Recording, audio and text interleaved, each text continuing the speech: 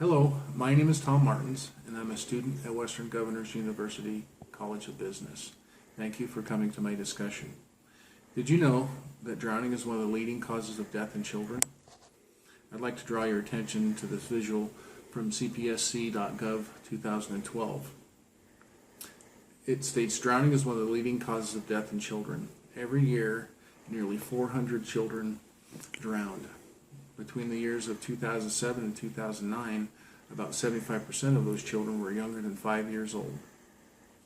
Research indicates that drowning is one of the leading causes of death in children. Child drowning is preventable by increasing exposure to prevention strategies through education and the placement of physical barriers.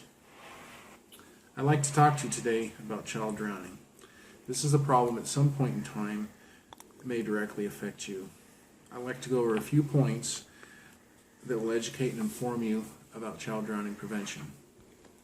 The 2 points that I'd like to talk to you about are exposing ourselves to prevention strategies and education that will help us reduce child drowning, and the placement of physical barriers near and around bodies of water to reduce the chances of drowning.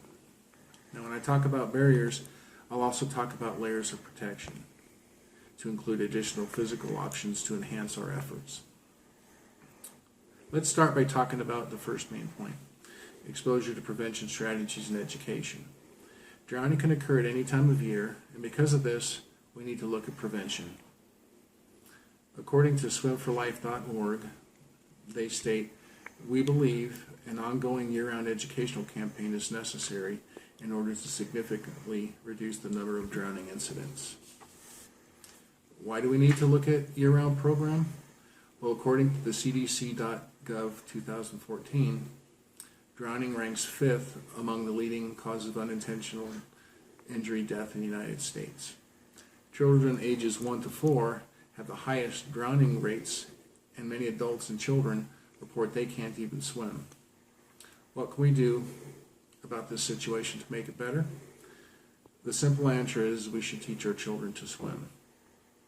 According to an article written by Brenner, Denasia, Haney, Trumbull, Chin, Klinger, Klebanoff in 2009, participation in formal swimming lessons was associated with an 88% reduction in the risk of drowning. In addition, we should prepare ourselves in the event that drowning or near drowning takes place.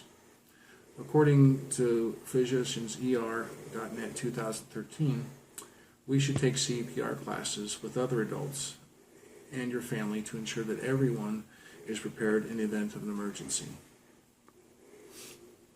Okay.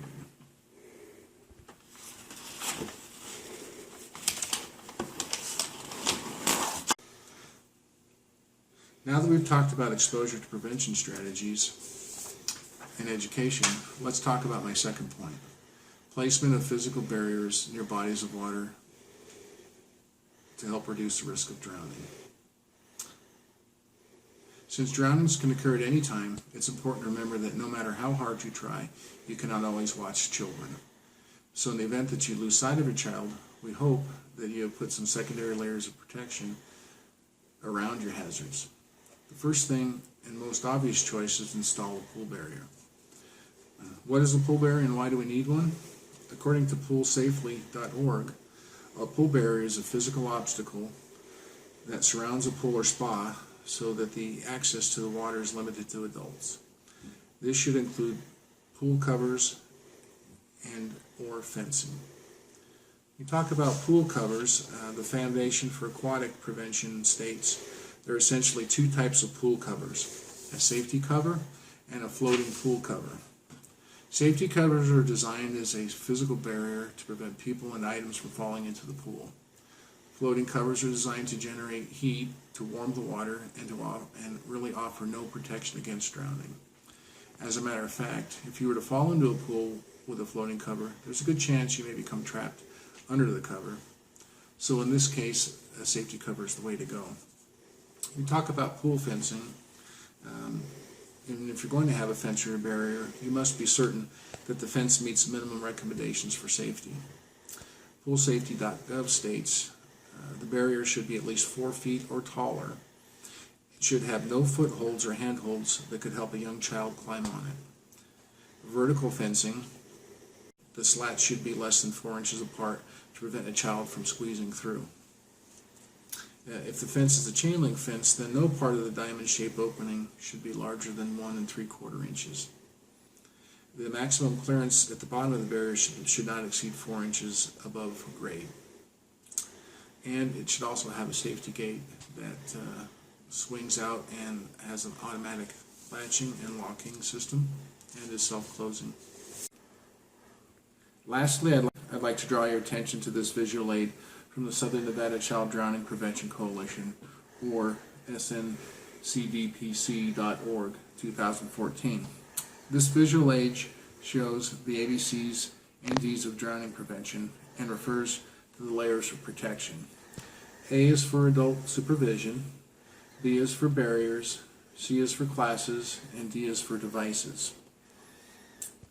As we go around this house, we see the different layers of protection that will help you in your effort to reduce drowning in your home. Here we have a phone that is near the swimming pool.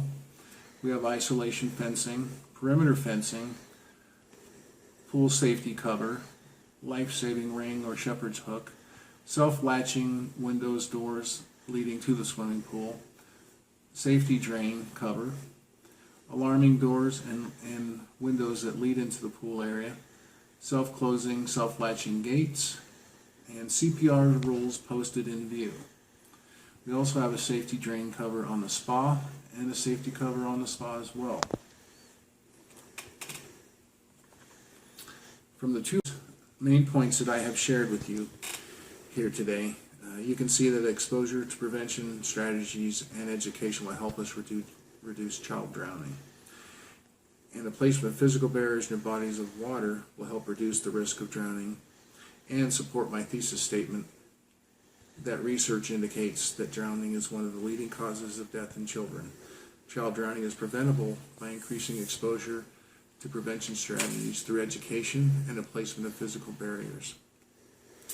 To summarize, first I talked about educating ourselves and working on drowning prevention year-round. Death statistics and child drowning victims, and taking steps to teach our children to swim, and taking CPR classes in the event that you may need to try to resuscitate a drowning victim.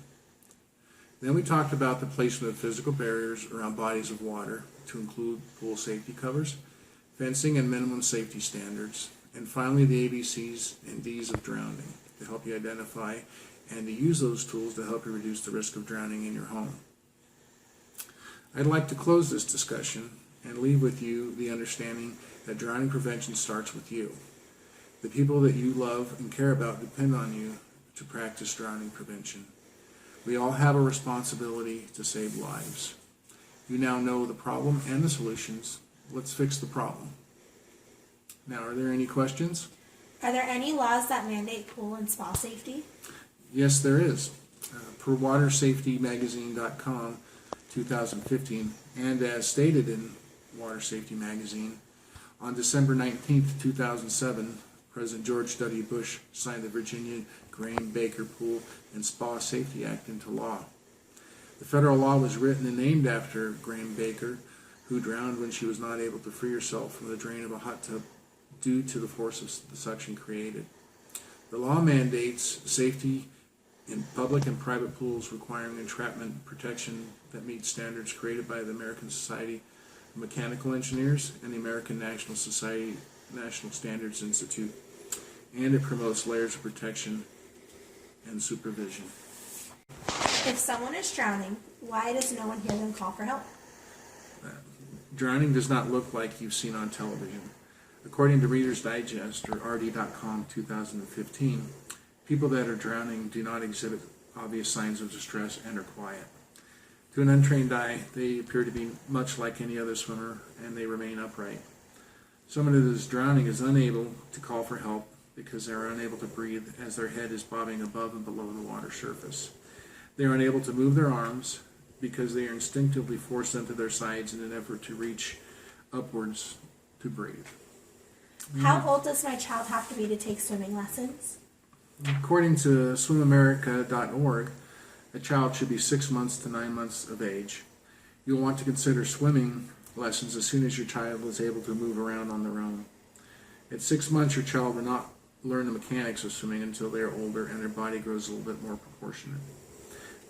What your child can learn is they can learn how to roll over, float, and to yell for help. Thank you. If there's no other questions, I thank you for attending and participating in my discussion.